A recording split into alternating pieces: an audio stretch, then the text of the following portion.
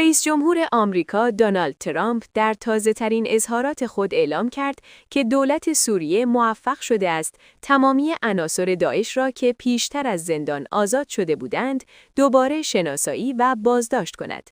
به گفته ترامپ، این افراد از خطرناکترین تروریست‌های جهان به شمار می‌رفتند و بخش قابل توجهی از آنها تابعیت کشورهای اروپایی را داشتند.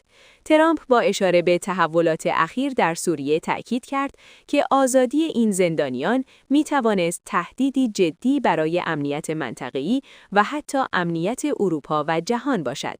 او گفت که فرار یا رهاسازی عناصر داعش نه تنها موجب بی‌ثباتی داخلی در سوریه می شود، بلکه می تواند موج تازه‌ای از عملیات‌های تروریستی را در خارج از این کشور به دنبال داشته باشد.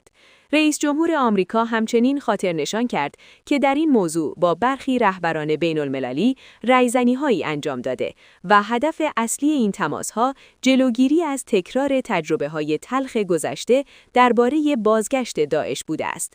به گفته او، همکاری‌های امنیتی و اطلاعاتی باعث شد تا نیروهای سوری بتوانند این افراد را در مدت کوتاهی دوباره دستگیر کنند. ترامپ این اقدام را گامی مهم برای مهار دوباره داعش توصیف کرد و افزود که جامعه جهانی نباید نسبت به تحرکات این گروه تروریستی بی‌تفاوت باشد.